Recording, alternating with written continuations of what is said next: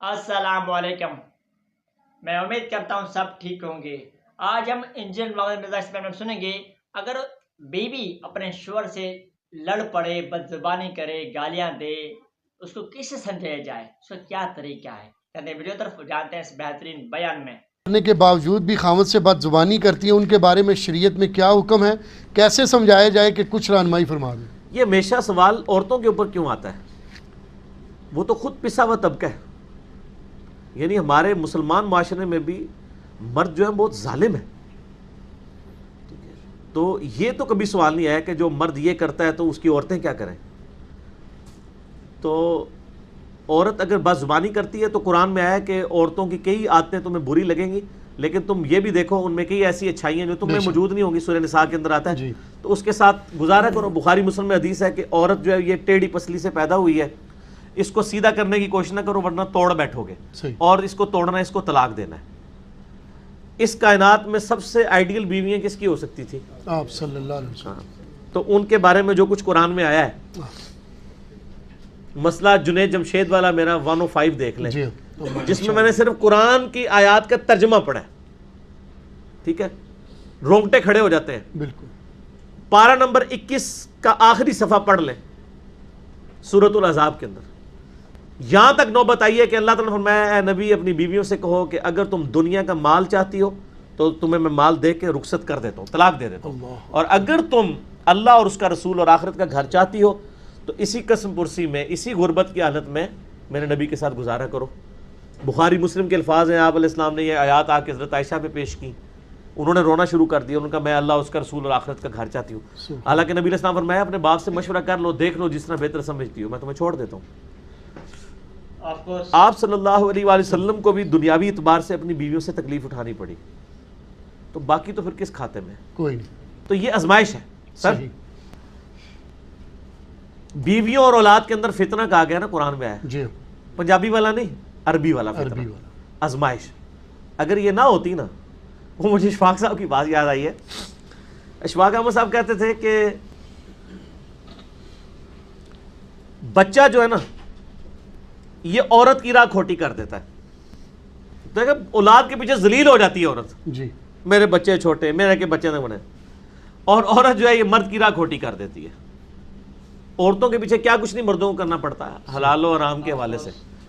تو یہ ساری آزمائشیں ہیں، انہی کے ساتھ وقت گزارنا ہے، اور اس کے لیے میں آپ کو ایک نسخہ بتا دیتا ہوں، لاہور کا راستہ بھی بتا رہا ہوں تو آپ کو کرایہ بھی دے دیتا ہوں۔ جزاک اللہ۔ وہ یہ ہے کہ جب آپ کو بیوی سے کوئی تکلیف پہنچے تو بڑا آسان سا حل ہے، صبر کر لیں۔ ایک چپ تے 100 سکھ۔ جب آپ آخرت اورینٹڈ ہوں گے نا، صبر کرنا بھی آسان ہو جائے گا۔ یقین کریں جتنی گالیاں مجھے کھانی پڑتی ہیں علماء سے، تو میں تو کب سے چھوڑ چھاڑ کے سارا بیٹھ گیا ہوتا۔ صحیح۔ میں نے یہ تیہ کر لیا کہ یار اگر پیغمبروں کو جادوگر کہا گیا ہے، ان کو دجال کہا گیا، نعوذ باللہ، حضرت عیسیٰ علیہ السلام کو، نبی علیہ السلام کو جادوگر، دیوانہ، شاعر کہا گیا ہے، تو سر ہماری کیا اوقات ہے؟ صحیح بات ہے۔ میرے خیال ہم اپنی کو اوقات سمجھ رہے ہوتے ہیں، اس لیے ہم صبر نہیں کر رہے ہوتے۔ وقت کے پیغمبر کو اگر اتنی گالیاں کھانی پڑے تو پیغمبر کو بھی چاہیے تھا، وہ اللہ کو کہتا ہے اللہ میرے کو کام نہیں ہوتا، جی، نہیں کہا نا۔ صحیح۔ آپ کو تو وہ تکلیفیں نہیں کاٹنی پڑ رہی۔ اسی طریقے سے بیوی سے، بچوں سے بھی تکلیف پہنچے، صبر کریں، اور میں بتاؤں صبر سے کئی معاملات حل ہو جاتے ہیں۔ وہ ایک گورے کا وہ رول بھی ہے نا کہ 80-20 رول اسے کہتے ہیں، وہ کہتا ہے 20% تو تکلیف آتی ہے ڈیسٹنی، تقدیر کی وجہ سے، لیکن 80% ہم خود اضافہ کرتے ہیں اس میں۔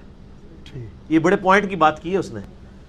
قدرت صرف 20% تکلیفیں ڈالتی ہے، باقی 80% ہم اس میں بگاڑ کی وجہ سے ڈالتے ہیں۔ مثال کے طور پہ میں آپ کو اوریجنل واقعہ بتاتا ہوں۔ ہمارے اسلام آباد میں ایک دوست ہیں، وہ مجھے بتانے لگے کہ ان کے ادھر اسلام آباد میں I-10 سیکٹر کے اندر ایک بندے نے نئی گاڑی نکلوائی، تو اس کا چھوٹا بچہ تھا 7-8 سال کا، وہ آیا تو اس کے ہاتھ میں کوئی پرانی چابی تھی، اس نے اس کے اوپر یوں لکیر مار دی۔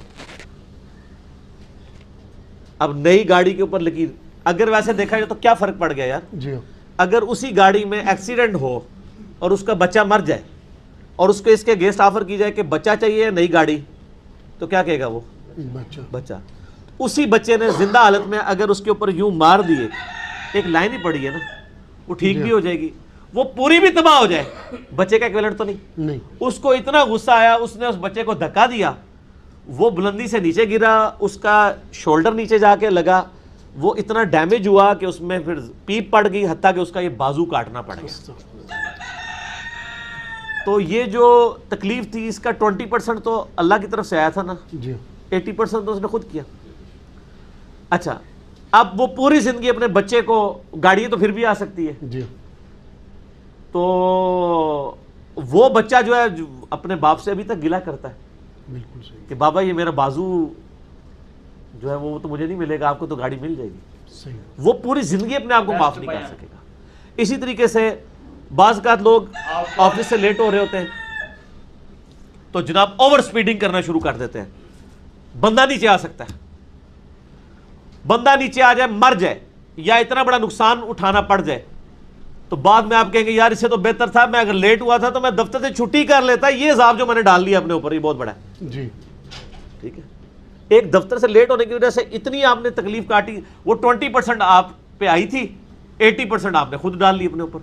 آپ زندگی، یہ ساری باتیں میں یعنی یہ میں صرف آپ کے سامنے نہیں کر رہا ہوں، میں پریکٹیکلی اپنے اوپر اپلائی بھی کرتا ہوں. میں اپنی بیوی کو بھی، بچوں کو بھی اس حوالے سے یعنی گائیڈ کرتا ہوں، اور میری زندگی اس چیز کا یعنی منہ بولتا ثبوت ہے کہ میرے اوپر جب بھی اس طرح کے معاملات آتے ہیں نا تو میں الحمدللہ صبر کی روش اختیار کرتا ہوں کہ مزید کوئی معاملات نہ بگڑے. خاموشی اختیار کر لیں. کوئی گالی دیتا ہے، کوئی آپ کو، مجھے مسجد سے پکڑ کے بھی لوگوں نے باہر نکالا ہے علماء نے، میں نے کبھی شی تک نہیں کی ہے، کوئی لڑائی جھگڑا نہیں کیا. آپ صبر کی روش اختیار کریں. صبر، اور فیملی لائف کے لیے تو آپ کو صبر بہت ضروری ہے. عورتوں کا غصہ فوراً آتا ہے، ٹھنڈا بھی فوراً ہو جاتا ہے. صحیح.